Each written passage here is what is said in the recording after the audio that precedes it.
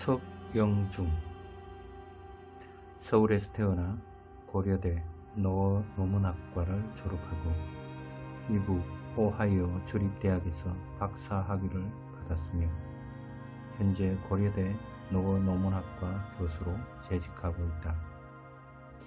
지은 책으로는 도스토예프스키, 돈을 위해 펜을 들다, 톨스토이, 도덕에 미치다, 러시아 문학의 맛있는 코드, 뇌를 훔친 소설가, 러시아 시의 리듬, 러시아 현대시학, 러시아 종교, 석교수의 청소년을 위한 번역교실 등이 있다. 옮긴 책으로는 푸시킨 문학작품집, 분신, 가난한 사람들, 우리들, 세상이 끝날 때까지 아직 10억 년, 마야코프스키 선집, 친구와의 서신 교환선, 마호가니, 벌거벗은 해, 광기의 에메랄드 등 여러 권이 있다. 2000년에 러시아 정부로부터 푸시킨 메달을 받았으며 제40회 백상 출판 번역상을 수상했다. 한국 러시아 문학회 회장과 한국 슬라브학회 회장을 역임했다. 차례. 프롤로그. 도스토예프스키의 자유. 제1부 자유의 환영. 1. 감옥 속의 삶, 삶 속의 감옥. 미래의 대문호 체포되다. 전대미문의 처형놀이. 옴스크 감옥의 자유욕. 자유의 환영 돈. 자유의 환영 탈출. 자유의 환영 술. 2. 가짜 자유인들. 도덕적인 불구자. 오를로프 신이 될 뻔한 살인마. 스탈린의 침팬지 전사. 조르바 이기적인 노인. 게라심 주인 없는 노예. 키릴로프 자칭 자유인의 부자유스러운 최후. 3. 라스콜리니코프 휴머니스트의 탈을 쓴 도끼살인범. 대도시에 온 죄수. 문제는 존재감이다. 정의와 정의의 이름으로. 트롤리 딜레마의 이론과 실제. 운명적인 살인은 없다. 마음속의 감옥. 고독과 고립. 땅속에 파묻은 자아. 이중살인과 마이너스 정의. 이콘과 도끼.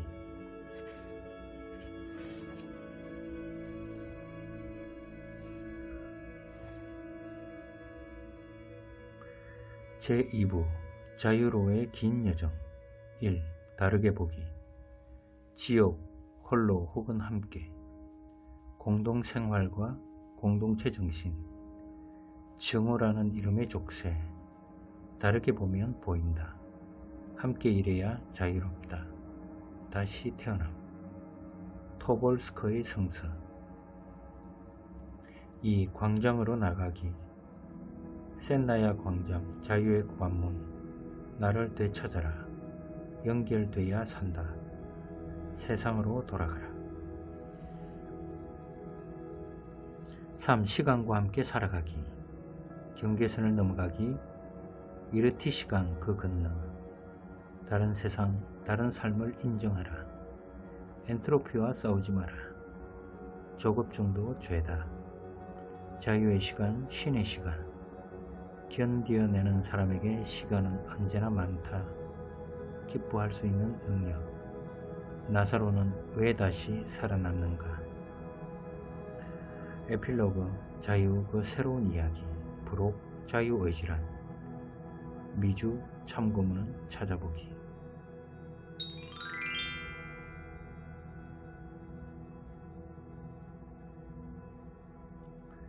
옴스크 감옥의 자유욕. 자유를 탐구하기에 감옥보다 더 완벽한 장소가 있을까? 인생에 대한 언유로서의 감옥이 아니라 진짜 감옥에 갇힌 수인에게 자유는 관념이 아닌 물리적인 실제이며 동시에 심리적인 실제다. 그에게 자유에 대한 철학적이고 윤리적인 논의는 무의미하고 심지어 모욕적으로 들릴 수 있다. 그러나 만일 그 수인이 작가라면 그는 실제로서의 자유를 갈망하는 동시에 철학적인 관념으로서의 자유를 성찰할 수 있다. 그리고 그 성찰을 소설로 남길 수 있다. 그의 펜 아래에서 자유는 이를테면 어떤 생명력 같은 것을 부여받아 갑자기 우리의 삶 곁으로 바싹 다가온다. 도스토예프스키가 바로 그런 작가다. 시베리아 유형지 감옥에서 4년간 죄수로 복역하는 동안 도스토예프스키의 머릿속에 뿌리내린 자유론의 맨 처음 결실은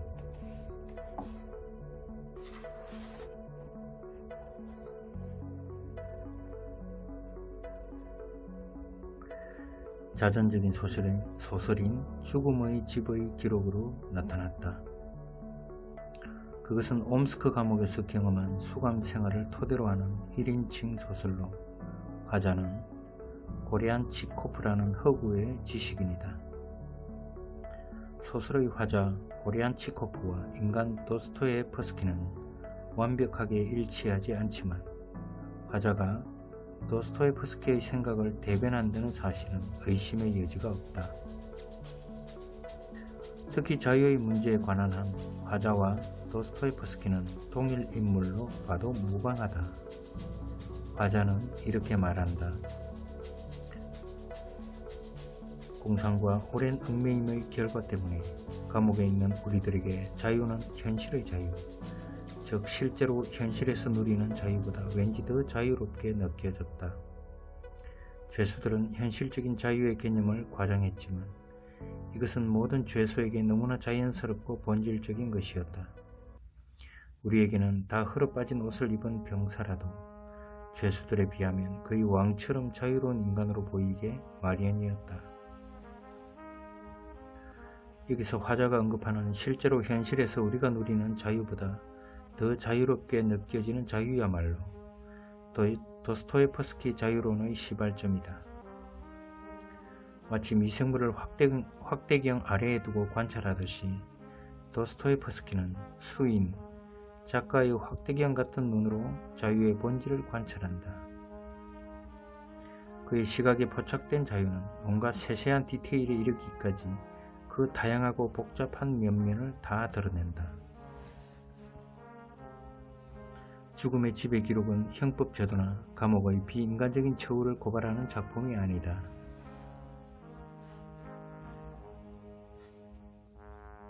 이 작품은 인간을 연구하는 소설이다. 그리고 이 인간 연구의 핵심에 있는 것은 자유다. 그는 죄수라는 낱말의 전체 의미는 자유의지가 없는 인간을 나타낸다는 것과 유형 생활의 모든 특성은 자유의 상실이라는 단 하나의 개념으로 설명된다는 것을 깨달았다. 감옥에 가기 전의 도스토예프스키와 다녀온 후의 도스토예프스키는 다른 사람이었다. 옴스크의 유형지에서 보낸 4년간의 세월은 그의 작가로서의 운명, 인간으로서의 운명을 완전히 바꿨다. 이 고통스러운 체험의 중요성을 말로 다 표현하기는 어렵다. 한 가지 분명한 것은 그 체험의 거의 대부분은 자유와 직결된다는 사실이다.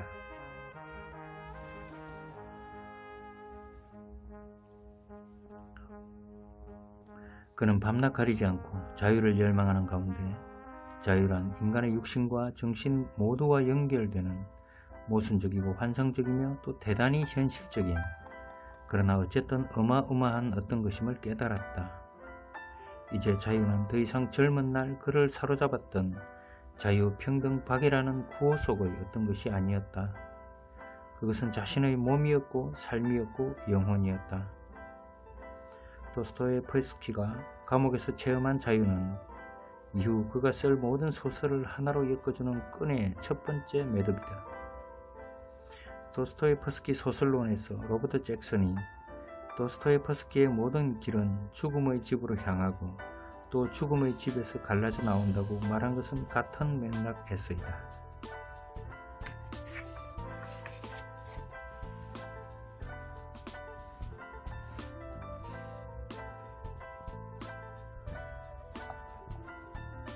감옥에서 도스토옙스키가 가장 먼저 발견한 것은 인간의 내면에 도사리고 있는 자유애의 본능이었다. 죽음의 지배 기록에서 화자는 수감자들을 주의 깊게 관찰한 결과 그들이 저지르는 수많은 이상한 행동들은 자유를 향한 열망에 의해 촉발된다는 것을 깨닫는다. 인간은 어떤 최악의 상황에도 적응할 수 있는 대단히 탄력적인 존재다. 그러나 그럼에도 불구하고 인간은 어떤 상황에서도 자유에 대한 열망을 완전히 상실하지는 않는다. 그래서 인간은 오로지 자유의 느낌을 맛보기 위해 상식적으로는 납득하기 어려운 일들을 저지른다. 전 5권짜리 도스토옙스키 전기를 쓴 조셉 프랭크는 자유를 향한 열망을 인간 정신이 스스로를 증명하고자 하는 욕구라 설명한다. 죽음의 지배 기록은 인간 정신의 무의식적 충동을 중심으로 그 정신이 스스로를 증명하고자 하는 스스로의 타고난 존엄성을 인정하고자 하는 욕구를 묘사한다. 이 욕구는 너무나 강하여 감옥의 억압적인 상황에서 출구를 찾지 못하자 온갖 비합리적이고 부조리하고 심지어 자기 파괴적인 형식, 일견해 볼 때 전적으로 말도 안 되고 설명도 할 수 없는 행동들을 통해 터져나온다. 도스토옙스키는 초기작에서부터 자유의 결핍으로 인해 뒤틀린 인물에 매료되어 이 문제를 탐구했으나 그때는 그의 수박 겉핥기식의 탐구에 불과했다. 감옥에서의 삶은 그에게 유리한 관찰의 고지를 제공했다. 그곳에서 그는 극단적인 정신적 스트레스 하에 놓인 인간이 가장 광적인 행위로 그 스트레스에 반응하는 모습을 연구했다. 화자는 프랭크가 지적한 유리한 관찰의 고지에서 이 문제를 바라봤고 결국 인간이란 단 한 명의 예외도 없이 자기 자신을 포함하여 자유를 갈망하는 동물이다 라는 결론에 도달한다. 잭슨이 이것을 생명의 의지라 명명한 것은 대단히 적절하게 들린다. 인간에게 자유는 1차적으로 식욕이나 성욕처럼 생명과 동등한 어떤 본능, 근원적인 에너지라는 뜻이다. 그런 의미에서 도스토옙스키가 감옥에서 발견한 자유의 본능을 이 책에서는 자유욕이라 부를 것이다.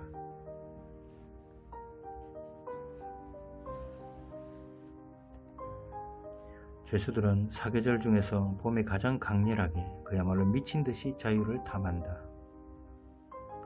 만물이 소생하는 계절, 생명이 움트는 이 계절의 수인의 내부에서 생명과 같은 자유의 욕구가 솟구치는 것은 어찌 보면 당연한 일이다. 우리는 여기서 러시아 사람들이 생각하는 봄은 아주 특별하다는 사실을 상기할 필요가 있다. 그도 그럴 것이 러시아는 10월 말부터 춥고 어둡고 엄침한 날들이 시작되어 이듬해 4월까지 계속되는 나라. 1년의 절반 가까이가 겨울인 나라다. 그런 나라에서 봄을 맞이한다는 것은 황홀경에 가까운 사건이다. 러시아 본토도 그러할진데 시베리아는 더 말할 것도 없다. 대기는 봄 내음을 풍기며 생명체들을 자극하고 있었다. 족쇄를 찬 사람들이라도 다가오는 아름다운 날들에 대해 설레는 마음을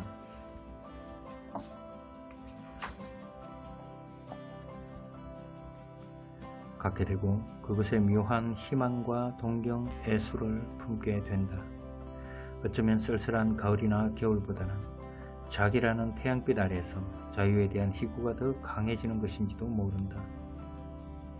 그런가 하면 노역에 나가서는 끝없는 식탁보처럼 1500베르스타나 되는 자유로워 보이는 키르키즈의 드넓은 초원이 펼쳐진 이르티시강의 저쪽 푸르게만 보이는 먼 곳을 하염없이 바라보며 생각에 잠기는 사람도 있다.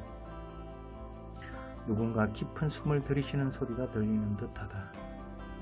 따사롭고 화사한 햇살로 인한 설렘이 아니더라도 무한한 생명력으로 소생하는 주위의 자연을 온몸과 마음으로 느끼며 자연의 소리를 듣게 되면 폐쇄된 감옥과 감시에 빼앗긴 자유의 현실이 더욱더 뼈저리게 실감나는 법이다.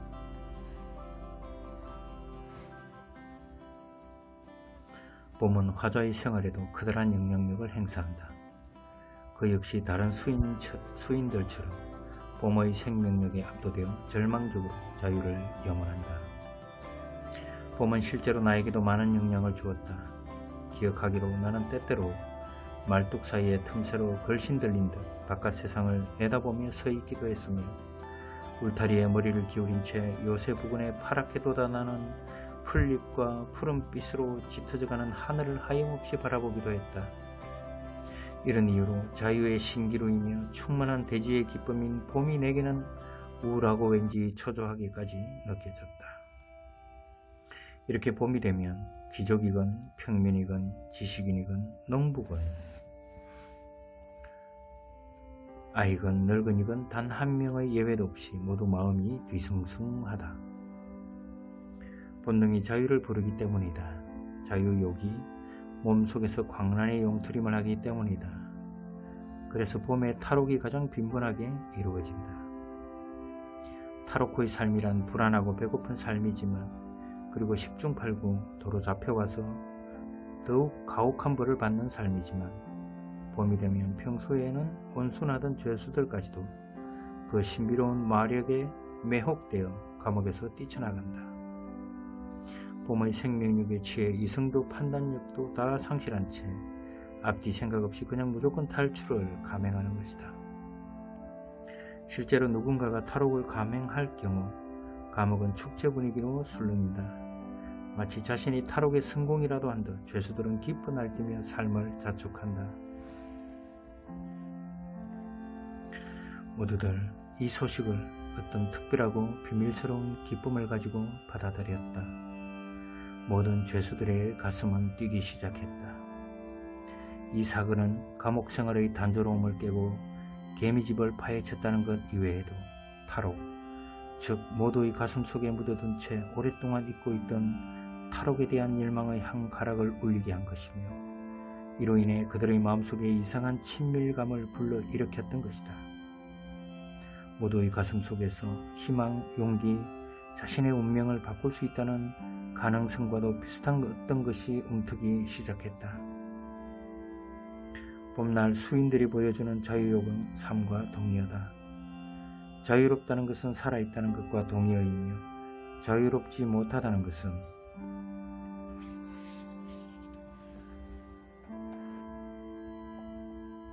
어떤 식으로든 삶이 완전하지 못하다는 뜻이다. 그래서 레프 톨스토이는 자유는 곧 생명이다 라고 단언한다. 자유를 갖지 못한 인간이란 생명을 잃은 인간이라고 생각할 수밖에 없다. 또 바로 그렇기 때문에 우리는 자유가 아니면 죽음을 달라는 외침에 공감한다. 사실 뭐가 아니면 죽음을 달라라는 진술에서 빈칸에 들어가는 단어는 자유 말고는 없다. 돈이 아니면 죽음을 달라. 사랑이 아니면 죽음을 달라. 행복이 아니면 죽음을 달라. 모두 다 어색하고 우스꽝스럽다. 심지어 대부분의 사람들이 숭고한 가치라 생각하는 정의도 죽음을 불사할 만큼의 강력한 호소력은 지니지 못한다. 정의가 아니면 죽음을 달라. 이런 말은 특별한 맥락이 아니면 어딘지 모르게 과장되게 들린다.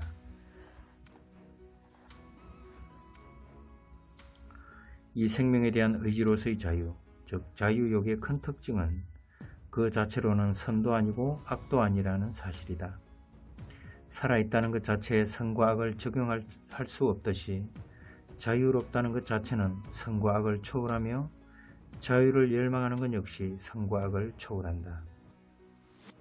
즉 이때의 자유는 생명과 맞먹도록 중요한 것이고 그것을 추구하는 것도 대단히 중요한 일이고 때로는 위대하기까지 한 일이지만 그 자체를 숭고한 가치라고 보기는 어렵다는 이야기다. 잭슨이 이 자유욕을 가리켜서 생명과 생존에 대한 본능의 파토스라 지칭하면서 그것은 아무리 억압당해도 사라지지 않으며 일그러지고 기형적인 형태로 표출된다고 말한 것도 그 때문이다. 요컨대 자유욕 하나만 두고 볼 때 그것은 본능이다. 본능은 어디까지나 그냥 본능이다. 본능은 중요한 것이고 그것을 충족시키는 것이 무릇 살아있는 존재에게는 당연한 일이지만 그것이 삶의 전부는 아니다. 또한 본능이라는 것은 억압할 수도 없지만 그렇다고 또 부추길 것도 없는 참으로 묘한 것이다. 만일 인간이 자유욕의 만족을 위해서만 살아간다면 그것은 본능의 만족을 위해 살아가는 것과 별로 다를 바가 없게 된다. 자유욕의 만족이 본능의 만족에 그친다면 그것은 이기적이고 추악하고 부적절한 형태로 표출될 수 있다. 아니, 이기적이거나 추악하지는 않더라도 결코 바람직하다고는 말할 수 없는 형태로 표출된다. 봄날 탈옥을 감행하는 죄수의 모습에 무언가 처절한 것, 수긍이 가는 점이 있긴 하지만 그렇다고 해서 그것을 올바른 행동이라 치켜 세우기 어려운 이유도 여기에 있다. 우리는 여기서 자유는 본능이면서 또 동시에 위대한 가치라는 사실을 기억해야 할 필요가 있다. 가치로서의 자유 추구는 본능의 충족과는 정반대되는 행위, 요컨대 본능의 억제를 요구한다.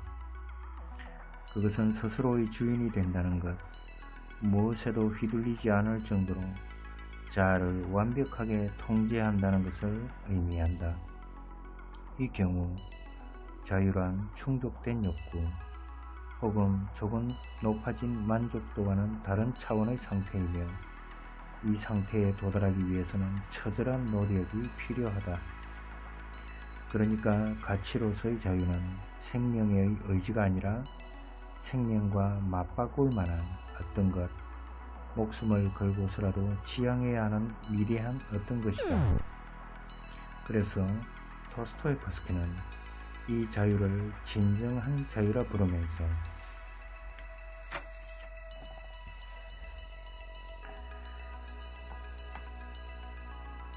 그것의 의미를 다음과 같이 요약한다. 진정한 자유란 궁극에 가서는 언제나 어느 순간이나 인간이 스스로의 진정한 주인이 되는 도덕적 상태를 획득할 정도로 자아를 극복하고 자신의 의지를 극복하는 데 있다.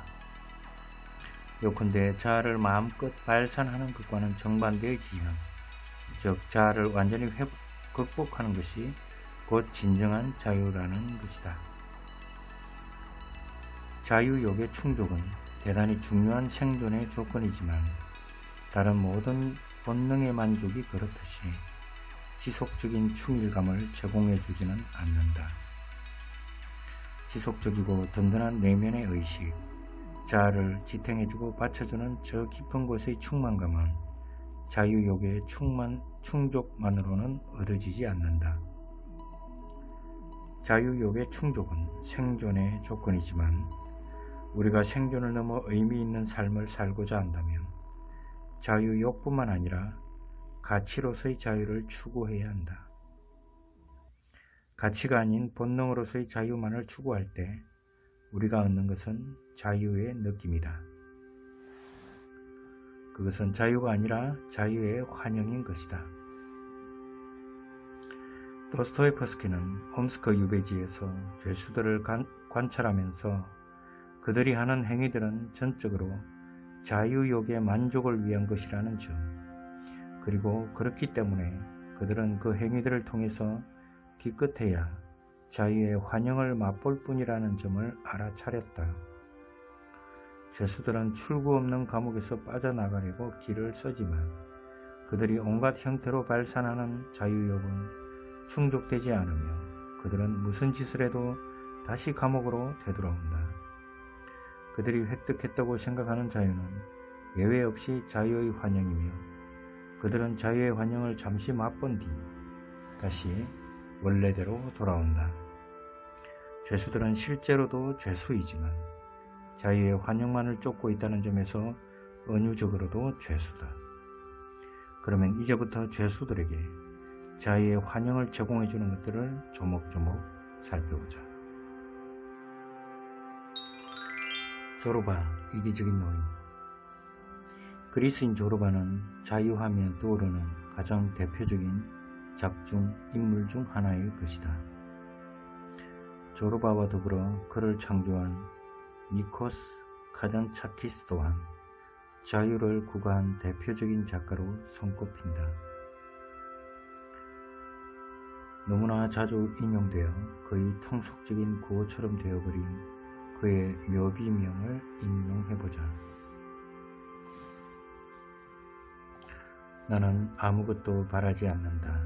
나는 아무것도 두려워하지 않는다. 나는 자유다. 이것은 카잔차키스가 생전에 준비해뒀던 묘비명인 만큼 작가의 자기 정체성을 함축하는 걸로 봐도 무방할 것이다. 작가는 잘 알고 있었다. 탐욕과 공포야말로 인간의 자유를 구속하는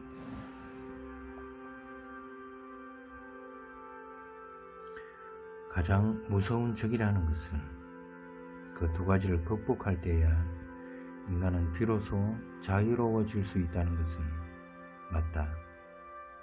아무것도 욕망하지 않고 아무것도 두려워하지 않을 수 있다면 그것이 곧 자유다. 그런데 나는 이 글을 읽으면 불현듯 의심이 생긴다. 그는 정말로 아무것도 바라지 않았을까? 그는 정말로 아무것도 두려워하지 않았을까? 그게 가능한 일일까? 물론 어느 정도까지는 수사적인 발언으로 치부할 수도 있겠다. 그러나 나는 자유다라는 외침에 남긴 지나친 자신감이 내 마음을 어지럽힌다. 아니, 문제는 묘비명이 아니다. 그의 소설 그리스인 조르바를 읽는 동안 나는 내내 불편했다. 소설에는 매혹적인 대목들이 무척 많았다. 그러나 작가가 제시하는 자유의 관념은 내가 결코 동의하기 어려운 것이었다. 이 소설에 열광하는 독자들이 들으면 고개를 갸우뚱하겠지만 나는 카잔차키스의 자유는 보편적인 것도 아니고 현실적인 것도 아니며 무엇보다도 고결한 가치는 아니라고 말하고 싶다. 소설은 붓다에 관한 연구를 잠시 접어두고 크레타 섬의 폐광에서 새로운 삶을 경험하고자 하는 젊은 지식인 화자 나와 우연히 카페에서 만나 그의 일꾼이 된 늙은 조르바 사이의 우정과 교감을 축으로 한다. 화자가 지식과 지성과 이성을 대표한다면 조르바는 감성과 본능과 불합리한 생명의 의지를 대표한다. 그들의 교감은 인생, 종교, 미, 자유 등 다양한 주제에 관해 주옥같은 대화편을 창출하는데 그 중에서도 특히 자유는 주인공 조르바의 트레이드마크,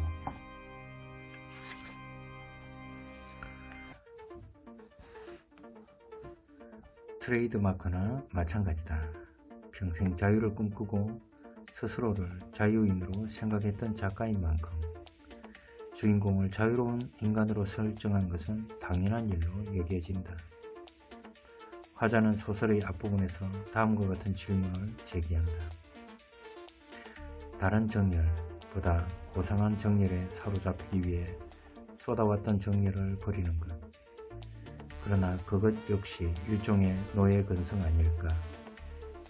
이상이나 종족이나 하나님을 위해 자기를 희생시키는 것은 따르는 전형이 고상하면 고상할수록 우리가 묶이는 노예의 사슬이 길어지는 것 아닐까? 그리고 우리는 좀 더 넓은 경기장에서 짚고 까불다가 그 사슬을 벗어나 보지도 못하고 죽는 것은 아닐까? 그렇다면 우리가 자유라고 부르는 것은 무엇일까?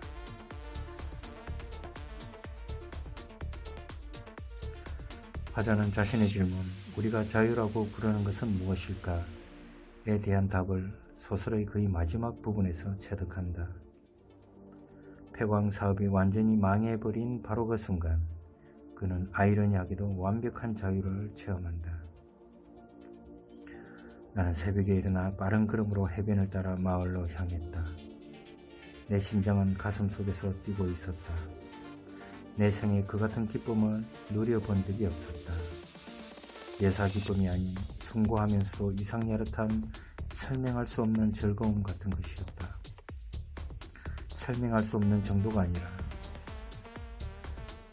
설명할 수 있는 모든 것과 그걸 이루는 그런 것이었다. 나는 모든 것을 잃었다. 돈, 사람, 고가선, 수레를 모두 잃었다. 우리는 조그만 항구를 만들었지만 수출할 물건이 없었다. 깡그리 날아가 버린 것이었다. 그렇다. 내가 뜻밖의 해방감을 맛본 것은 정확하게 모든 것이 끝난 순간이었다. 엄청나게 복잡한 필연의 미궁에 들어있다가 자유가 구석에서 놀고 있는 것을 발견한 것이었다. 나는 자유의 여신과 함께 놀았다. 모든 것이 어긋났을 때 자유의 영혼을 시험대 위에 올려놓고 그 인내와 용기를 시험해보는 것은 얼마나 즐거운 일인가. 보이지 않는 강력한 적, 혹자는 하느님이라고 부르고 혹자는 악마라고 부르는 것이 우리를 쳐 부수려고 달려오는 것 같았다.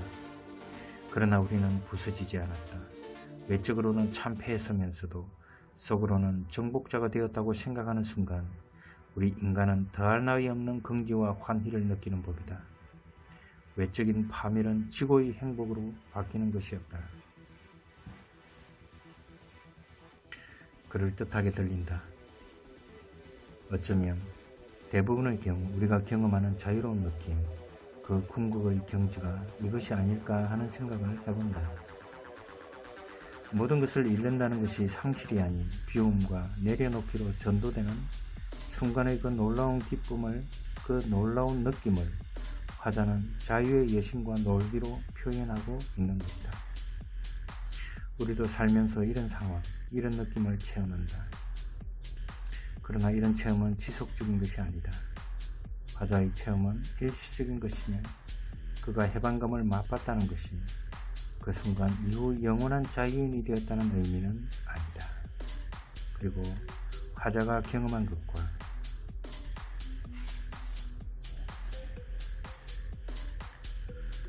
화자가 경험한 것과 같은 그 자유를 얻고자 자신이 가진 모든 것을 잃어버리기를 원하거나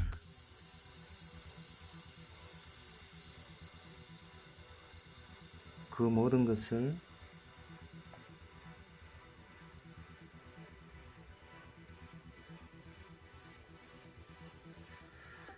그 자유를 얻고자 자신이 가진 모든 것을 잃어버리기를 원하거나 쫄딱 망하기를 학수고대할 사람은 아마 없을 것이다. 화자는 진정한 자유인을 조력자인 조로바에게서 발견한다. 조로바는 일자 무식이지만 그냥 본능적으로 삶의 지혜를 깨친 인물이다. 그래서 그의 언어는 단순하지만 그가 전하는 메시지는 화자에게 진리처럼 다가온다. 화자에게 조로바는 오랫동안 찾아다녔으나 만날 수 없었던 바로 그 사람이었다. 그는 살아있는 가슴과 크다랗고 푸짐한 언어를 쏟아내는 입과 위대한 야성의 영혼을 가진 사나이, 아직 모태인 대지에서 탯줄이 떨어지지 않은 사나이였다. 그에게 언어, 예술, 사랑, 순수성, 정열의 의미는 그 노동자가 짓거린 가장 단순한 인간의 말로 분명히 전해져 왔다. 조로바는 자유를 단순하지만 어딘지 모르게 강렬한 표현을 써서 이렇게 정의한다. 짐승에게는 자유가 있어야 해요. 결국 당신은 내가 인간이라는 걸 인정해야 한다는 겁니다. 인간이라니 무슨 뜻이요? 자유라는 거지. 다듬어지지 않은 언어이지만 대략 그 의미는 와닿는다. 인간은 그 본성에 있어 자유로운 동물이다. 뭐 이런 뜻일 것이다.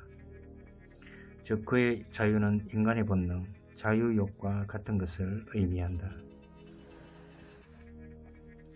조로바는 소설 전체를 통해 이 자유욕의 실현을 행동으로 보여준다. 도스토옙스키가 자유욕을 자유의 환영과 연결시켜 바라본 것과는 달리 카잔차키스는 자유욕을 가장 원초적이고 꾸밈없는 생명의 의지로 바라봤다. 배운 것은 없지만 자연의 순리에 맞게 살고 삶을 사랑하고 그 삶을 최대한 충실하게 살아온 인생이라는 전장에서 가히 백전노장이라 불릴 만한 인간 조르바. 그가 보여주는 자유는 엄청나게 강렬하고 압도적이고 열정적으로 들린다. 그러나 다른 한편으로 조르바의 자유는 지나치게 공격적이라는 느낌을 지울 수 없다. 가령 그가 도자기 만드는 일에 미쳐있던 시절, 그는 농로를 돌리는데 왼쪽 집게 손가락이 자꾸 걸리적거려 마음대로 자유롭게 도자기를 만들기 어렵게 되자 손도끼를 들어 손가락을 잘라버렸다고 한다. 글쎄, 가장 차키스에게는 이것이 자유인지 모르지만 나에게는 생명경시와 둔감함과 폭력 성향이 뒤얽힌 기이한 행동으로밖에 안 보인다. 그러나 조르바의 자유가 불편하게 느껴지는 더 절실한 이유는 그것이 남자만의 자유이기 때문이다. 조르바의 자유는 거북하다. 여성은 현실에서 그의 자유로운 삶을 흉내내기조차 어렵다.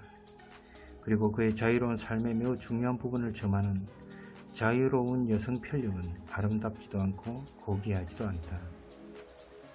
예수님은 조르바가 자연의 순리에 따라 퇴물 카바레 가수 오르탕스 부인에게 구애하는 것이 과연 자유의 구가인지 의심스럽다.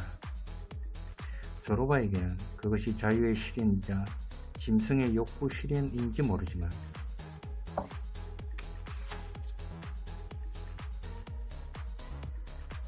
그 상대역인 오르탕스 부인은 그의 희화하에 가깝게 묘사된다. 한때 제독들과 장군들을 상대하던 고급 매춘부 오르탕스 부인은 여인숙을 운영하며 넓고 외로운 삶을 살아가고 있다. 희끗희끗한 황갈색 머리카락에 키가 작고 몸집이 실팍한 여자가 안짱다리 걸음으로 아장거리며 포플러 밑을 걸어나왔다. 턱에는 털까지 돋아난 점이 있었다. 목에는 붉은색이 짙은 벨벳 리본을 돌려 감고 있었고 쪼그라진 뺨에는 자줏빛 분 자국이 드러나 보였다. 그 여자 오르탕스는 금발에 번쩍이는 해마가 바닷물에 밀려 반쯤 썩은 모습으로 해변 모래톱에 걸린 꼴이었다. 조르바는 오르탕스 부인을 유혹하는 데 성공한다.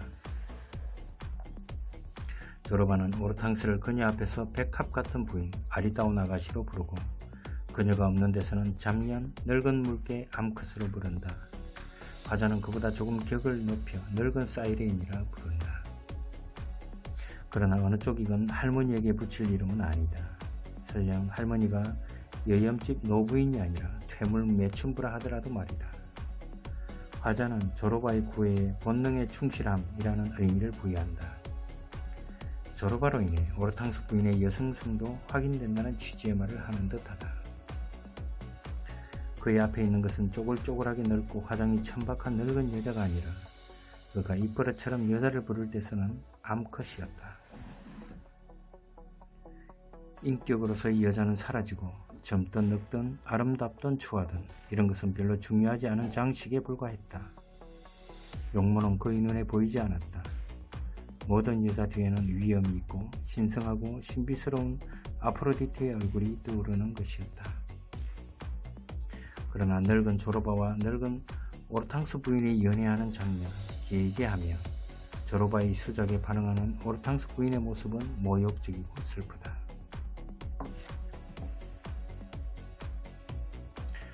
늙은 여가수는 빨래하느라 터져버린 손으로 턱을 그렸다.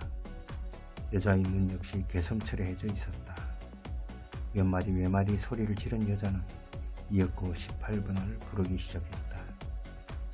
반쯤 엄탕하게 감은 눈으로 조르바를 바라보며 여자는 몇 번이나 되풀이해서 불렀다. 어둠이 내리고 하늘에 별이 나왔다. 산투로의 감미로운 소리가 높아지며 조르바의 욕망이 불을 질렀고 닭고기와 밥, 아몬드와 포도주를 진탕 먹고 마신 오르탕스 부인은 조르바의 어깨에다 무거운 몸을 의지하며 한숨을 쉬었다. 여자는 자기 몸을 조르바의 깡마른 옆구리에다 부드럽게 비비대며 하품과 한숨을 번갈아 토해내었다. 조르바가 내게 신호를 보내며 목소리를 낮추었다. 두목, 이 여자 분위기가 잡혔어요. 제발 우리 둘만 좀 있게 해줘요. 오르탕스 부인은 점점 더 슬프고 모욕적으로 묘사되다가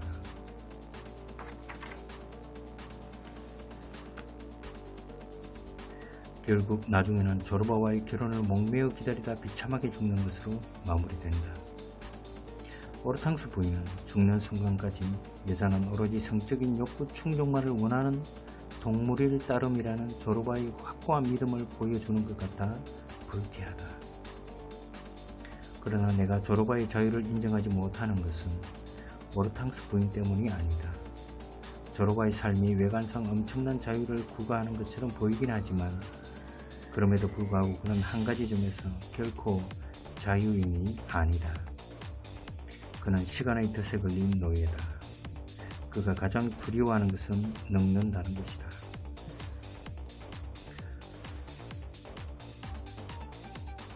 내게 아주 겁이 나는 문제가 하나 있어서 두목에게 물어봐야겠습니다. 이것 때문에 밤이고 낮이고 마음이 편치 못해요. 두목, 겁나는 게 무엇인고 하니 나이 먹는 것이에요. 하늘이 우리를 지키소서. 죽는다는 것은 아무것도 아닙니다. 끽 하고 죽고 촛불이 꺼지고 뭐 그런 것 아닙니까? 그러나 늙는다는 것은 창피한 노릇입니다. 나이 먹어가는 걸 인정한다는 것은 예사로 창피한 노릇이 아닙니다. 그래서 사람들이 그걸 눈치채지 못하도록 별짓을 다 하는 거지요. 두목, 내 속에도 악마 같은 게 들어있어요. 나는 그 악마를 조르바라고 부릅니다. 속에 있는 조르바는 나이 먹는 것을 싫어해요. 나이를 먹은 것도 아니고 먹어본 적도 없고 앞으로도 먹지 않을 거예요. 곧 죽으면 곧 죽어도 상관없겠습니다만 만사 형통이죠. 그러나 앞으로도 줄기차게 더 살아야 한다면 망조가던 거죠. 두목, 쫄딱 망하는 겁니다. 창피해서 못 견딜 날이 곧 올 겁니다. 나는 자유를 잃을 것이며 며느리나 딸아이는 아이를 보라고 명령할 것입니다. 부원은 이길 뿐입니다. 산으로 기어들어가 석탄이든 굴이든 철이든 아연광이든 캐내어 돈을 좀 벌고 친척은 우리를 존경하게 만들고 친구들은 우리 구두를 핥고 모자를 벗어 인사하게 만드는 것입니다. 두목, 성공하지 못하면 보따리 싸들고 일이나 곰이나 아무거나 만나 잡아먹히는 편이 나을 겁니다. 충분히 이해가 되는 대목이다. 특히 나이 50을 넘긴 독자는 그가 무슨 이야기를 하고 있는지 금방 알아차릴 것이다. 나이 들어 늙어간다는 것을 몸으로 느낄 때 두려워하지 않을 사람이 어디 있겠는가. 그러나 조르바의 두려움은 보편적인 것이긴 하지만 그렇다고 합당한 것은 아니다. 무슨 이야기냐 하면 늙어간다는 것이 무척 두렵고 혐오스러운 일이긴 하지만 그걸 반드시 두려워하고 혐오해야 하는 것은 아니라는 뜻이다. 우리가 시간을 하나의 순리로 이해하면 늙어간다는 것은 성장한다는 것을, 새로운 자유를 얻는다는 것을 의미한다. 그런 의미에서 나이는 숫자에 불과하다는 말은 전적으로 잘못된 말이다. 나이는 숫자에 불과한 것이 아니라 성숙과 성장과 내면의 자유를 의미한다. 나이 든다는 것은 부끄러워할 일도 숨길 일도 막아야 할 일도 아니다. 안티에이징이라는 말은 그러므로 근본적으로 잘못된 단어의 조합이다. 안셀럼 그린의 말을 들어보자.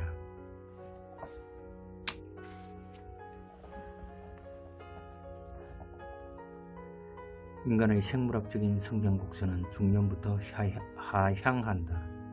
그러나 내가 이 사실을 받아들이고 인정하면 나의 심리적인 성장 곡선은 위로 향하게 된다. 젊음을 유지하고자 생물학적인 곡선과 반대로 산다면 나의 심리적인 성숙은 중단되고 말 것이다. 그러나 조르바는 심리적인 성숙에는 관심이 없다. 조르바에게 자유란 오로지 자유욕이며 시간은 그 자유욕의 실현을 방해하는 힘일 따름이다. 자유욕을 실현하려면 육체의 힘을 유지하든가 그것이 안되면 돈이라도 벌어야 한다. 그는 자유욕을 실현하기 위해 시간과 전투를 벌이고 있으며 그의 여성 편력 자체가 생로병사와의 전투라 할 수 있다. 그 전투에서 이기려면 돈과 건강이라는 이름의 무기가 필요하다고 강변하고 있는 것이다. 소설의 마지막 부분에서 화자와 헤어진 조르바는 시베리아로 가서 류바라는 24살짜리 예쁘고 풍만한 러시아 여자와 결혼한다. 그 나름대로 시간과의 싸움에서 승리한 것처럼 보인다. 손녀딸 나이의 여성과 결혼하여 회심의 미소를 짓는 조르바의 자유는 남성적이고 전투적이고 혐오스럽다. 나이에 비해 너무 건장하고 너무 씩씩한 노인들이 뿜어대는 개걸스러움을 상기시킨다. 조르바의 자유는 남자들의 시각에서 보면 부러운 것일 수도 있겠지만 적어도 여자인 내 눈에는 전혀 부러운 것이 아니다. 그런 자유를 추구할 수도 없거니와 추구하기도 싫다. 게다가 시간과의 싸움에서 그는 승리한 것처럼 보이지만 그것도 잠시뿐. 그도 얼마 안 가서 아비 없는 자식과 앞날이 구말리 같은 과부를 남겨두고 세상을 떤다. 결국 이기는 것은 시간이다. 이 위대한 자칭 타칭 자유의 화신도 시간으로부터의 자유는 얻지 못한 것이다. 그 역시 자유인의 환영에 불과했던 것이다. 트롤리 딜레마의 이론과 실제. 라스콜리니코프의 생각은 벤담의 공리주의를 계승하는 동시에 오늘날 자주 거론되는 이른바 트롤리 딜레마를 예고한다. 트롤리 딜레마는 윤리학, 심리학, 뇌과학 등 다양한 분야에서 애용되는 일종의 사고 실험이다. 이것을 간단히 요약하자면 이렇다. 선로에 5사람이 묶여 있는데 멀리서 트롤리가 달려오고 있다. 그대로 두면 선로에 묶여 있는 5명이 죽게 된다. 다른 선로에는 1명이 묶여 있고 레버 옆에 철로 직원이 서 있다. 직원이 레버를 작동하면 트롤리는 1명이 묶인 선로로 방향을 바꾼다. 그러면 5명 대신 1명이 죽는다. 직원은 레버를 작동시킬 것인가 말 것인가, 즉 5명을 구하기 위해 1명을 죽일 것인가 아니면 1명 때문에 5명을 죽게 할 것인가. 이 사고 실험은 내용을 조금씩 변형시킨 여러 다른 버전으로 존재하지만 핵심은 언제나 산수다. 즉 1명이냐 여러 명이냐의 문제다. 벤담의 이론을 따른다면 직원은 레버를 작동시키는 것이 옳다.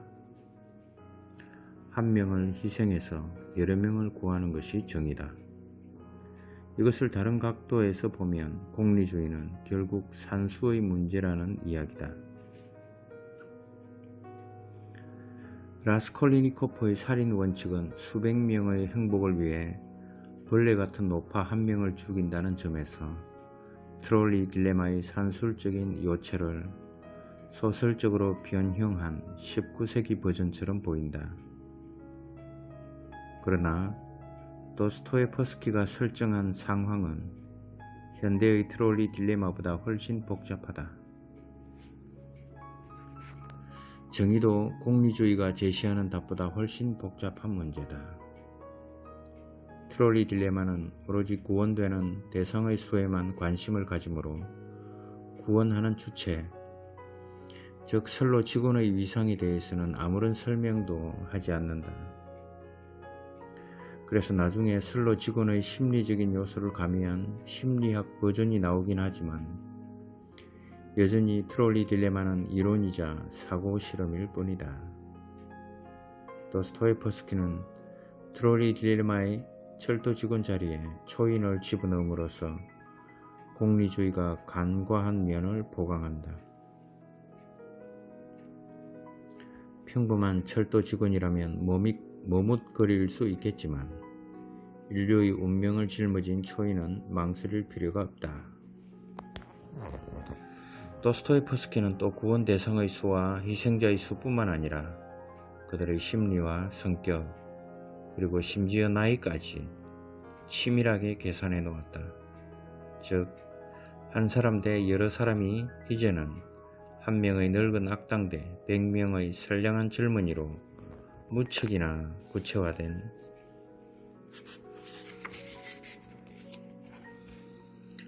구체화된다. 산수의 심리학이 더해진 것이다. 이 정도면 공리주의적 해결에 아무런 문제가 없다. 사실 이런 상황이라면 도대체 망설일 이유가 없지 않겠는가. 악당은 어차피 사회 발전에 아무런 도움도 안 될 뿐만 아니라 사회의 안녕을 저해하는 주범이다. 누구나 마음속으로 악당이 죽었으면 한다. 악당의 죽음 덕분에 100명의 착한 사람이 행복하게 살 수 있다면 이보다 더 좋은 일이 어디 있겠는가. 실제로 그 악당이 죽어 없어지면 사회는 발전하고 그 구성원들은 행복해야 한다. 게다가 그 악당은 늙기까지 했으니 그냥 놔둬도 조금 있으면 어차피 죽어 없어질 것이다. 도스토옙스키는 전당포 노파 살인에 여러가지 액세서리를 더해주어 공리주의 이론을 더욱더 받아들이기 쉽게 하지만 라스콜리니코프의 살인은 한 가지 점에서 공리주의적 살인 혹은 트롤리 딜레마 속의 살인과 완전히 구별된다. 트롤리 딜레마에서 5명을 살리기 위해 1명을 죽게 하는 방식은 레버를 작동하는 일이다. 반면 라스콜리니코프는 직접 도끼로 사람을 쳐 죽인다. 멀찌감치 서서 레버를 내리는 것과 도끼로 살아있는 상대방의 이마를 쳐서 산지 사방에 끈끈하고 뜨겁고 시뻘건 피를 튀기는 일은 결코 같지 않다. 전자는 이론이고 후자는 현실이다. 전자에는 감각이 없지만 후자에는 감각이 깊이 계시한다. 게다가 트롤리 딜레마에는 우연이 없지만 라스콜리니코프의 살인에는 우연이 있다. 나중에 자세하게 다루겠지만 라스콜리니코프는 100명의 선량한 인간을 위해 사악한 1명을 죽이려고 의도했으나 실제로는 우연히 현장에 들어온 다른 선량한 사람도 함께 죽인다. 두 번째 살인은 공리주의 이론에도 없는 일이고 트롤리 딜레마의 사고 실험에도 없는 일이다.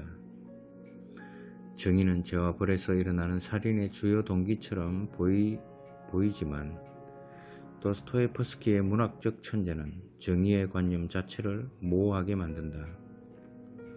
정의란 도대체 무엇인가? 정의라는 게 있기는 한 것인가? 정의를 구현하기 위해 인간이 할 수 있는 일은 무엇이고 해서는 안 되는 일은 무엇인가? 어려운 문제다. 한 가지 확실한 것은 공리주의 혹은 공리주의와 유사한 산술적 이론들은 정의를 구현하는 데 역부족이라는 사실이다. 인간은 대체로 모든 것을 숫자 혹은 산술로 전환하려는 경향을 보인다. 산술적인 해석은 간단하고 명확하게 보이기 때문에 그럴 것이다. 그러나 도스토옙스키는 공리주의의 산술에 저항한다. 도스토옙스키에게 산수는 무정하고 무감각한 돌벽이다. 라스콜리니코프의 도끼살인은 벤담과 벤담의 후예들 그리고 트롤리 딜레마의 테두리 안에서 답을 찾으려는 다양한 영역의 이론가들을 향해 작가가 던지는 냉소다. 토볼스크의 성서. 도스토옙스키의 갱생을 말할 때 간과할 수 없는 또 하나의 사건은 유배지로 가는 길목에서 발생했다. 그가 형에게 보낸 편지에는 옴스크까지 이어지는 여정이 자세하게 기록되어 있다. 그와 다른 죄수들을 실은 썰매는 페테르부르크 근교를 지나 노브고로드 외곽을 우회하여 야로슬라브를 거쳐 휘몰아치는 눈폭풍을 뚫고서 달리고 또 달렸다. 마침내 천신만고 끝에 그들은 1월 9일 우랄 산맥을 넘어 동쪽 기슭의 토볼스크에 도착했다. 문자 그대로 뒤에는 유럽이, 앞에는 시베리아가 있었다. 시베리아의 작은 도시 토볼스크는 그 지형적인 특색 덕분에 이전부터 유배형에 처해진 정치범들이 시베리아로 가는 도중에 잠시 묵는 일종의 환승 감옥 역할을 하고 있었다. 시베리아의 중심 도시 중 하나라지만 상트페테르부르크의 화려한 정령에 익숙해진 지식인들에게는 그저 낯설고 황량한 오지에 불과했다. 한 가지 운명의 아이러니라고 할 수 있는 것은 제정 러시아 시절 정치범들이 거쳐가는 역참이었던 이곳 토볼스크가 제정 러시아의 마지막 황제에게도 유배 직전에 잠시 묵었다가는 환승 감옥 역할을 했다는 점이다. 니콜라이 2세와 황실 가족들은 볼셰비키들에게 체포되어 예카테린부르크로 이송되는 노정에서 1971년 8월부터 1918년 4월까지 정치범 숙소 중 하나였던 토볼스크 쿠클린 맨션에 유폐됐다. 그들은 1918년 7월 예카테린부르크에서 처형됐다. 도스토옙스키를 비롯한 죄수들은 토볼스크의 작은 감방에 유치됐다. 20여일 동안 영하 40도의 혹한 속에서 유배지를 향해 달리는 것은 서론을 질주하는 낭만적인 썰매 여행이 아니었다. 그가 아무리 제2의 삶에 용약했다 할지라도 뼛속까지 파고드는 추위 앞에서는 몸도 마음도 정신도 희망도 감사도 모두 얼어붙었다. 그들에게 제공된 감방은 더럽고 춥고 눅눅했으며 어떤 말로도 설명할 수 없는 기이한 악취를 풍겼다. 아직 최종 유배지까지는 갈 길이 멀었는데 죄수들은 이미 탈진했다. 죄수들은 아마도 차라리 처형대에서 죽는 게 더 나을 뻔했다는 죄스러운 생각까지 했을 것이다. 실제로 도스토옙스키의 동지인 이반 야스트르젬버스키는 자살을 하려다가 그만뒀다고 전해진다. 도스토옙스키 일행은 열흘 뒤인 1월 20일에 토볼스크를 떠났다. 1월 23일 그들은 최종 목적지인 옴스크에 도착했다. 옴스크에서 그동안 도스토옙스키 인생의 고비고비에서 뿌려졌던 그리스도교 신앙의 씨앗들은 완전히 싹을 틔우고 견고하게 뿌리를 내렸다. 그 결정적인 계기가 된 것은 한 권의 책이었다. 토볼스크에 머무는 10일 동안 도스토옙스키는 생애에서 가장 중요한 선물을 받았다. 토볼스크는 1825년 12월 당원 봉기 때 붙잡힌 정치범들의 유배지였다. 그들의 부인들도 이곳까지 따라와 옥바라지를 했는데 그 부인들은 그곳에 들렀다가는 정치범 죄수들도 자기 가족처럼 보살펴줬다. 도스토옙스키와 동료들은 폼비지나 부인과 폴리나 안넨코바 부인의 도움을 받았다. 부인들은 죄수들과 접촉하는 것이 금지되어 있었으므로 은밀하게 음식과 옷가지를 전달해줬다. 추위와 굶주림과 피곤에 지친 도스토옙스키에게 그들의 작은 정성이 얼마나 큰 위로가 되었는지는 굳이 말하지 않아도 될 것이다. 그러나 도스토옙스키는 이곳에서 음식과 옷가지와 위로의 말보다 훨씬 더 큰 선물을 받았다. 그의 일생을 이끌어가게 될 등불과도 같은 그 선물은 성경책이었다. 폼비지나 부인은 이 창백한 죄수에게 표지 안쪽에 10루블 지폐를 비밀리에 끼워 넣어 신약 성서를 선물했다. 도스토옙스키는 감옥 생활 4년 동안 이 성경책을 수백 번도 더 읽었다. 어차피 감옥에서는 성경책 이외에는 읽을 수가 없었다. 도스토예프스키 같은 독수광에게 책을 읽을 수 없다는 것은 형벌 중의 형벌이었을 것이다. 그는 표지가 나달나달해질 때까지 성경책을 읽었다. 마치 쾌차하기를 열망하는 환자가 영양식을 꼭꼭 씹어 삼키듯이 그는 성경 속의 한마디 한마디를 가슴으로 삼켰다. 성경책은 그에게 문자 그대로 영혼의 양식이 되었다. 그는 이 성경책을 평생 지니고 살았다. 유배 이후 수도로 귀환한 후에도 결혼한 후에도 유럽을 떠돌던 시절에도 임종의 순간에도 성경책은 그와 함께 있었다. 도스토예프스키 부인의 회고를 들어보자. 그녀들 정치범의 부인들을 가리킴. 그녀들은 감옥 안의 간수에게 그곳에 유형을 와 있는 정치범들을 면회할 수 있게 해달라고 간청했다. 1시간가량 정치범들과 함께 있으면서 그녀들은 그들이 새로운 길을 가도록 축복해줬고 승호를 거며 한 사람 한 사람에게 신약 성경을 나눠줬다. 그것은 감옥에서 읽을 수 있도록 허가된 유일한 책이었다. 표도르 미하일로비치는 유형에 처해졌던 4년 내내 이 성경을 손에서 놓지 않았다. 후에 그 성경은 언제나 그의 책상 위 눈에 잘 띄는 곳에 놓여 있었다. 그는 어떤 일에 대해 깊이 생각하거나 회의가 될 때면 종종 이 성경을 손에 잡히는 대로 펴서 펼쳐진 부분의 첫 쪽에 나와 있는 글을 통독했다. 노르웨이 연구자 예이르키에 사는 이 성경책을 보면서 기이한 기분에 사로잡혔노라고 회상한다. 수없이 많은 이와 벼룩들이 이 책의 컴컴한 표지를 기어 다녔을 것이다. 작가의 침상에서 이 책은 고성방가와 더자비를 보고 족쇄가 절그렁거리는 소리와 욕설과 추잡한 웃음소리를 들었을 것이다.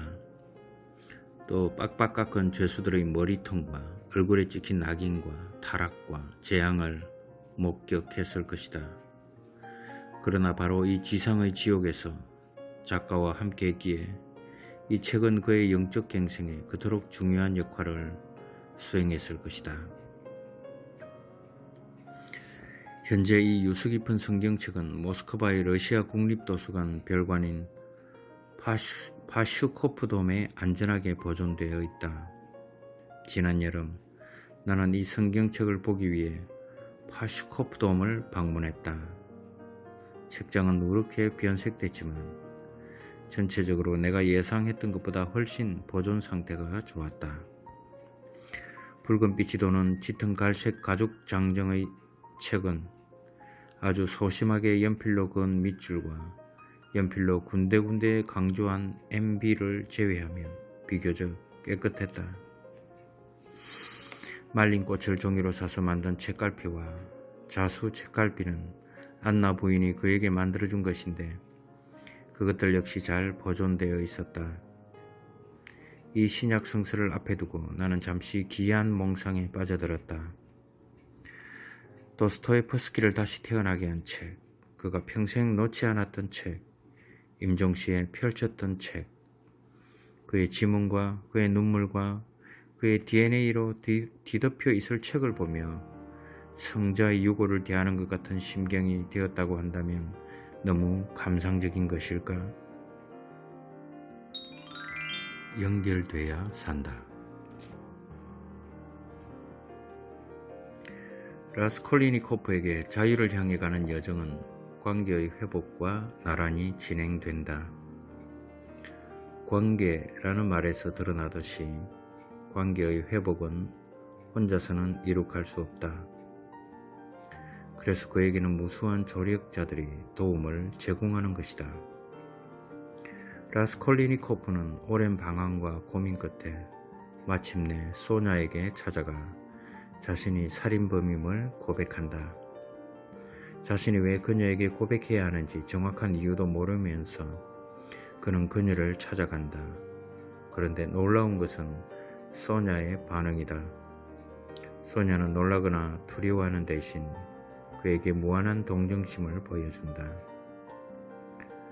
소냐는 재빨리 그에게 다가가서 그의 두 손을 붙잡고 자신의 약한 손가락으로 그의 손을 어스러지도록 꼭 쥐었다. 도대체 당신은 자신에게 무슨 짓을 저지른 거죠? 그녀는 절망적으로 말하면서 자리에서 일어나 그의 어깨에 달려들어 그를 세차게 끌어안았다. 이 세상에 지금 당신처럼 불행한 사람은 없어요. 그러더니 갑자기 발작을 일으킨 듯이 목 놓아 울기 시작했다. 라스콜리니코프에게 관계의 회복은 이 순간부터 시작된다고 볼 수 있다. 소냐는 얼마 전에 노파의 머리통을 내리쳤던 그 사악한 손을 어스러지도록 꼭 잡아주는 것으로 그가 도끼로 잘라버린 관계를 도로 붙여준다. 소냐는 그에게 남아있는 마지막 타인, 내게 남아있는 것은 당신뿐이야 이며 동시에 회복한 관계의 출발을 알려주는 첫 번째 타인이다. 소냐는 이성으로서가 아니라 직관으로서 관계가 답임을 알고 있다. 라스콜리니코프의 초인이 무자비한 단죄를 전제로 한다면 소냐에게 존재는 근원적으로 관계다. 그렇기 때문에 그녀에게 라스콜리니코프는 무서운 살인범이 아니라 불행한 사람이다. 이 세상에 지금 당신처럼 불행한 사람은 없어요. 존재를 관계 속에서 파악하는 그녀의 입장에서 보자면 관계에서 이탈한 라스콜리니코프야말로 세상에서 가장 불행한 사람이다. 소냐의 행동은 그녀와 라스콜리니코프 간의 인간 존엄성의 가장 근원적인 조건인 나와 너의 관계를 가능하게 해준다. 라스콜리니코프는 소냐에게 말한다. 나는 오래전부터 아무하고도 이야기를 하지 않았어. 그런 그가 비천한 창녀에게 모든 것을 털어놓고 그녀와의 인격적인 관계를 기대하기 시작한다. 그는 몇 번씩이나 소냐에게 자신을 버리지 말아 달라고 당부한다. 소냐는 그에게 최후의, 아니 어쩌면 최초의 너다. 오랫동안 그에게는 낯설었던 감정이 파도처럼 그의 영혼에 스며들어 그의 마음을 순식간에 적셨다. 그는 그 감정을 거부하지 않았다. 눈에서 눈물 두 방울이 흘러내려 속눈썹에 맺혔다. 그럼 나를 버리지 않는 거야, 소냐? 그는 일말의 희망을 느끼며 그녀를 바라보고 물었다. 아니에요. 절대로 언제까지나 그 어느 곳에서도 버리지 않을 거예요. 라스콜리니코프는 이어서 소냐에게 묻는다. 말해줘. 이제 나는 어떻게 하면 좋을까? 그러자 소냐는 마치 준비라도 하고 있었다는 듯이 그에게 답을 알려준다. 일어나세요. 그녀는 그의 어깨를 잡아 일으켰고 그는 놀라서 그녀를 바라봤다. 지금 즉시 나가서 내 거리에 서서 먼저 당신이 더럽힌 돼지에 절을 하고 입을 맞추세요. 그 다음 온 세상을 향해 절을 하고 소리를 내어 모든 사람들에게 말하세요. 내가 죽였습니다라고. 그러면 하나님께서 또다시 당신에게 생명을 보내주실 거예요. 소냐가 라스콜리니코프에게 권하는 것은 경찰서에 가서 자수하라는 것이 아니라 내 거리에 가서 고백을 하라는 것이다. 그러기 위해서 그는 우선 나가고 온 세상을 향해 절을 하고 소리를 내어 모든 사람들에게 말해야 한다. 이 세 가지 행위가 공통적으로 포함하는 첫 번째 의미는 세상과의 연결이다. 그는 일단 나가야 한다. 새장처럼 비좁은 하숙방에서 나가야 하고 감옥처럼 좁은 생각에서 나가야 하고 무덤처럼 차가운 마음에서 나가야 한다. 그리고 온 세상을 향해 모든 사람들에게 말함으로써 다시 그들과 연결되어야 한다. 두 번째 의미는 겸손이다. 땅에 절을 한다는 것은 스스로를 낮춘다는 뜻이다. 나가는 것이 수평적인 움직임이라면 땅에 엎드린다는 것은 수직적인 움직임이다. 나가는 것이 연결이라면 엎드린다는 것은 신 앞에 고개를 숙인다는 뜻이다. 초인의 오만도 버리고 자유욕도 버리고 신 앞에 겸손하게 머리를 숙인다는 뜻이다. 오만을 버리고 인류와 연결될 때 신은 그에게 생명을 보내준다. 신이 선사하는 생명이 곧 자유다. 나사로는 왜 다시 살아났는가? 라스콜리니코프가 마침내 얻게 된 기뻐하는 삶은 죽음에서 부활한 삶이며 그것은 소설 속에 삽입된 나사로의 부활의 현세적인 버전이다. 나사로의 부활이 수록된 요한의 복음서는 도스토예프스키가 가장 사랑했던 복음서다. 그는 복음서 곳곳에 표시를 해놓았는데 그 중에서도 부활에 대한 대목이 가장 많다. 특히 나는 부활이요 생명이니 나를 믿는 사람은 죽더라도 살겠고 또 살아서 믿는 사람은 영원히 죽지 않을 것이다. 너는 이것을 믿느냐? 에 강한 표시가 되어 있다. 또 11장에서 그리스도가 죽은 나사로를 살리는 대목에는 잉크와 연필로 표시가 되어 있으며 곳곳에 MB 마크가 달려 있다. 그가 이 대목을 읽고 또 읽고 거의 외우다시피 했다는 것은 누가 보더라도 금방 알 수 있을 것이다. 도스토예프스키는 나사로 이야기에서 모든 죽음과 갱생의 원형을 발견했다. 그리하여 자기가 그토록 애독했던 성서 속 이야기를 죄와 벌의 핵심적인 메시지로 도입했다. 소설의 중간 부분에서 라스콜리니코프가 소냐에게 읽어달라고 요청하는 나사로 이야기는 사실상 죄와 벌을 압축해 놓은 것이나 다름없다. 라스콜리니코프도 나사로처럼 무덤 속에 갇혔다가 그리스도의 부름을 받고 풀려난다.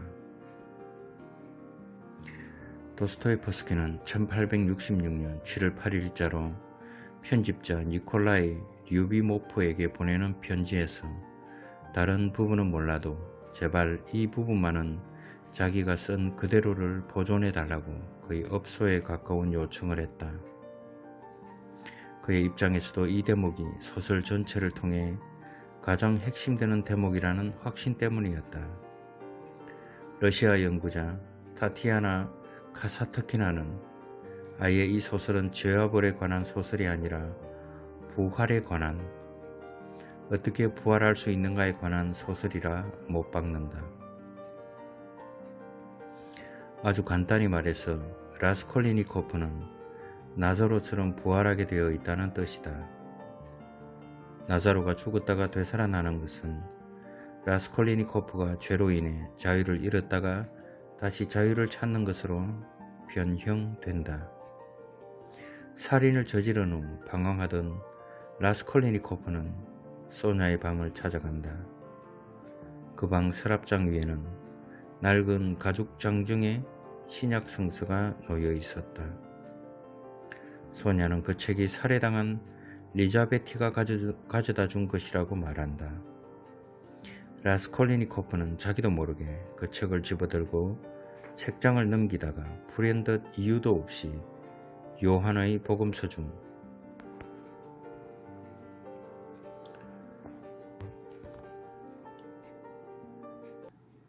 나사로에 대한 이야기를 읽어달라고 거의 강요하다시피 소냐에게 청한다. 그의 무의식 속에 이 이야기에 대한 어떤 갈증이 있었는지는 모르지만 겉으로 드러난 플롯으로 보면 상당히 이상한 요청이다. 매춘부 소냐 역시 대학생에게 받은 이 뜻밖의 요청에 당혹스러워한다. 그녀는 자신의 깊은 신앙심이 들통이라도 난 듯이 부끄러워한다. 강요에 못 이겨 소녀는 어렵사리 그 대목을 찾아 읽기 시작한다. 예수께서 마리아뿐만 아니라 같이 따라온 유대인들까지 우는 것을 보시고 비통한 마음이 북받쳐 올랐다. 그를 어디에 묻었느냐 하고 예수께서 물으시자 그들이 주님 오셔서 보십시오 하고 대답했다. 예수께서는 눈물을 흘리셨다. 예수께서는 다시 비통한 심정에 잠겨 무덤으로 가셨다. 그 무덤은 동굴로 되어 있었고 입구는 돌로 막혀 있었다.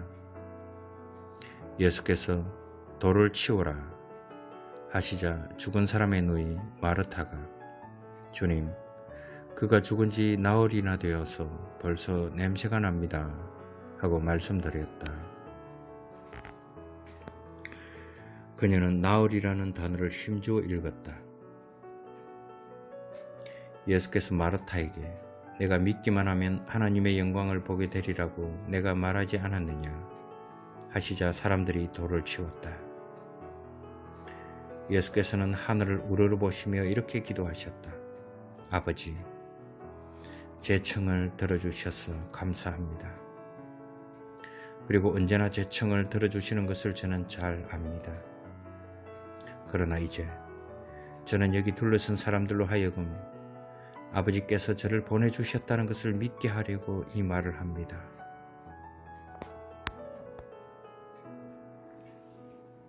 말씀을 마치고 나자로야 나오너라 하고 큰 소리로 외치시자 죽었던 사람이 밖으로 나왔는데 그녀는 감격에 겨워 큰 소리로 마치 그 장면을 눈으로 보기라도 하듯이 온몸에 오한이 끼치는 것을 느끼며 후들후들 떨면서 읽어 내려갔다.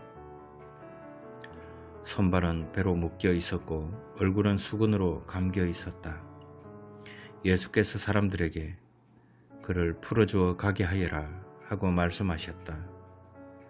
마리아를 찾아왔다가 예수께서 하신 일을 본 많은 유대인들이 예수를 믿게 되었다. 그녀는 더 이상 읽지 않았고 읽을 수도 없었다. 그녀는 책을 덮고는 빠른 동작으로 의자에서 일어났다. 나사로의 부활은 이것으로 다해요.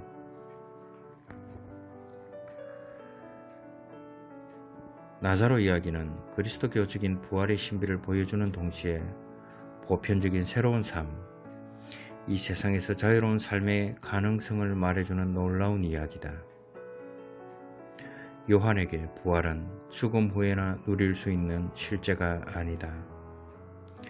부활은 지금 여기서 누리는 완전히 새로운 실존 방식을 뜻한다. 나사로의 부활 이야기와 라스콜리니코프의 해방 스토리는 공간과 시간 그리고 해방의 테마를 매개로 중첩된다. 우선 공간부터 살펴보자.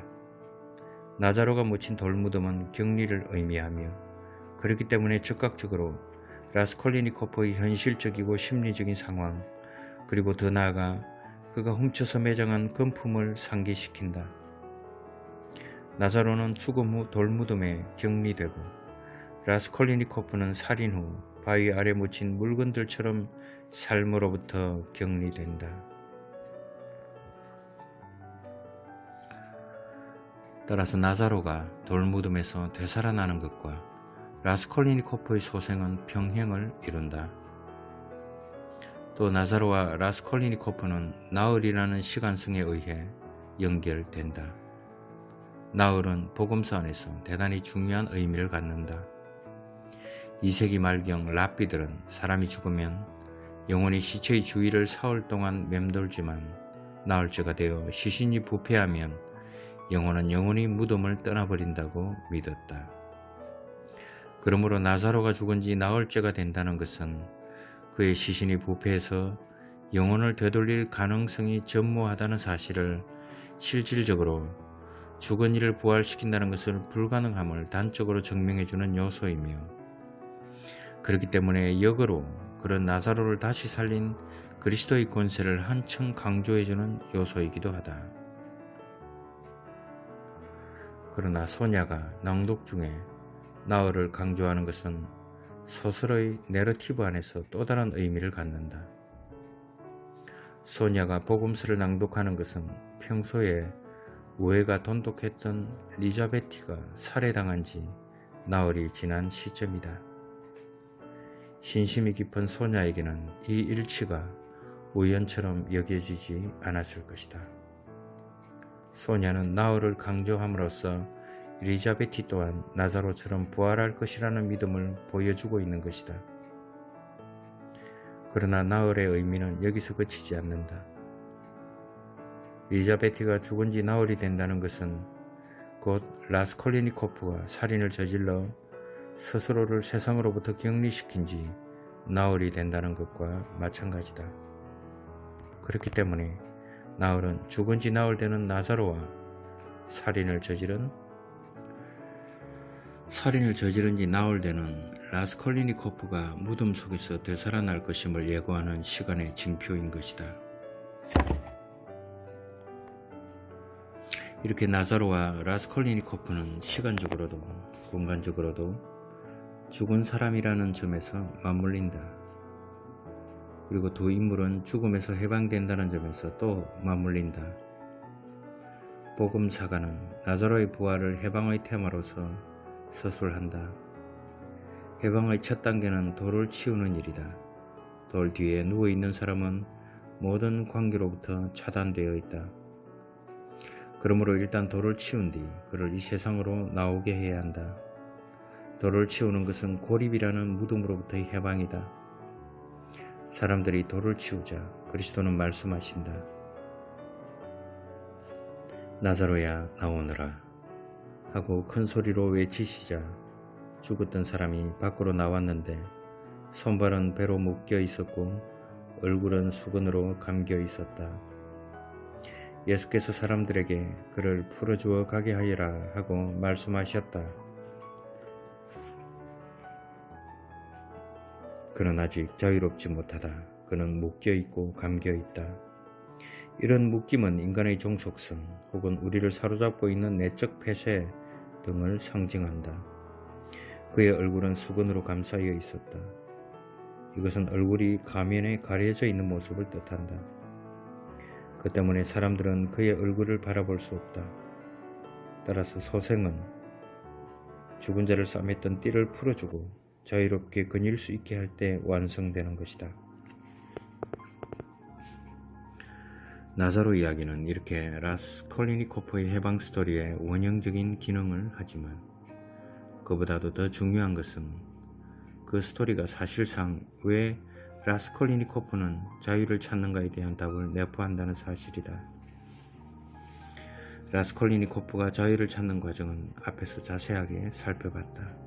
그러나 여전히 의문으로 남는 것은 바로 왜다. 그는 에필로그의 거의 마지막 순간에 가서야 갑자기 그야말로 아무 이유도 없이 눈물을 흘리며 갱생한다. 그동안 그가 이 갱생을 위해 한 일이라고는 아무것도 없다. 그는 시베리아에서도 반성하지 않았다. 반성은 그냥 여전히 자기 죄가 왜 그토록 무거운 것인지 모르겠다며 구시렁거렸다. 도끼로 사람을 둘이나 쳐서 죽이고 참회도 하지 않는 그가 왜 갱생하는가? 그럼 나사로는 왜 되살아났는가? 성서는 나사로의 행적에 관해 아무것도 알려주지 않는다. 그가 착하게 살았는지, 무슨 죄를 저질렀는지, 아니면 죽기 전에 진심으로 반성하고 참회했는지 같은 이야기는 아무것도 없다. 나사로는 말도 하지 않고 행동도 하지 않으며 어떤 사람인지도 나타나 있지 않다. 굳이 어떤 특징을 찾는다면 나사로는 예수께 아무것도 해드리지 않고 주님이 다 하신다는 점을 들 수 있다. 그런데도 그는 되살아난다. 왜? 나사로가 되살아난 것은 그의 공덕 때문이 아니다. 그의 누이 동생인 마리아와 마르타의 오빠에 대한 사랑, 슬픔, 그리고 그리스도에 대한 믿음 덕분이다. 즉 나사로의 부활은 공동작업 덕분이다. 한 개인의 공과가 아니라 공동체의 믿음이 슬픔의 공유가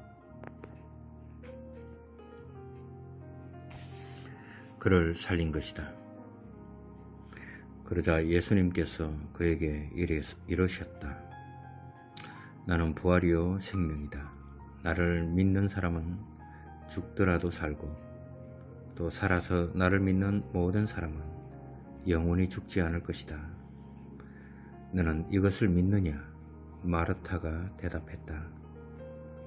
예, 주님. 저는 주님께서 이 세상에 오시기로 되어 있는 메시아이시며 하나님의 아드님이심을 믿습니다. 라스콜리니코프의 경우도 마찬가지다. 그 역시 누이 동생과 어머니의 사랑 덕분에, 소냐의 사랑 덕분에, 그리고 그리스도가 부활임을 믿는 소냐의 반석과도 같은 신앙심 덕분에 부활하는 것이다. 가족과 친구와 이웃이, 심지어 범인을 체포하고 벌 주는 것이 직업인 예심 판사까지도 그를 구원하는 일에 동참한다. 그의 구원은 자유로운 관계의 회복임을 어떤 말보다도 강력하게 확신시켜준다.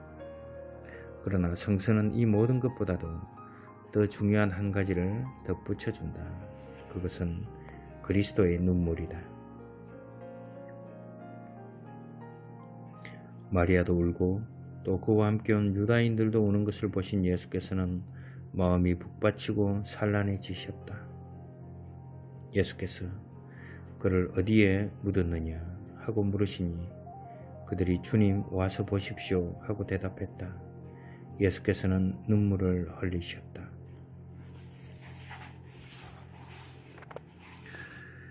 그리스도의 눈물은 나사로를 살리고 라스콜리니코프를 해방시킨다. 예수의 이 눈물은 단지 나사로를 사랑했기 때문에만 흘린 것은 아니다. 나사로의 무덤으로 가는 동안 예수도 인간을 비참하게 만드는 죽음의 어두운 운명에 슬퍼한 것이다. 인류 보편의 고통에 대한 신의 눈물은 인간을 구속에서 해방한다. 결국 자유는 신과 인간의 공동작업으로 이루어지는 궁극의 완성인 것이다. 우리는 앞에서 감옥의 죄수들이 공동작업을 통해 자유를 경험한다는 이야기를 했다.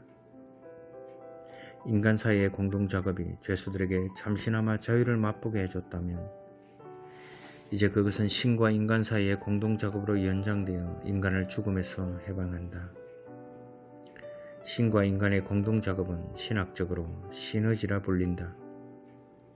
오늘날 시너지라는 단어는 다양한 분야에서 꽤 자주 쓰이지만 그것은 원래 신학적인 개념이었다. 교부 시대부터 정교회는 언제나 시네르기아, 즉 신의 은총과 신을 향한 여정에서 인간이 보여주는 자유의지 간의 협력서를 지지해왔다. 인간이 신처럼 되기 위해서 필수적인 것은 신의 은총이지만 인간은 또한 은총 속에서 거룩하게 되기 위해서 스스로 노력해야 한다. 정교회 교리는 이것을 성스러운 은총과 인간의 의지 간의 공동작업이라 부른다. 은총과 자유의지의 이러한 관계 속에서 인간은 누구나 하나님의 일꾼, 즉 테우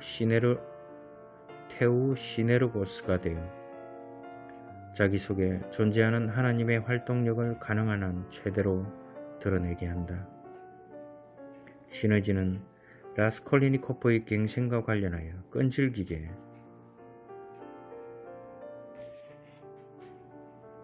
남아있는 의문, 왜 그렇게 사악한 인간이 구원받는가의 문제에 대한 그의 유일한 해답이다. 시너지는 신의 은총과 인간의 의지 간의 공동작업이다.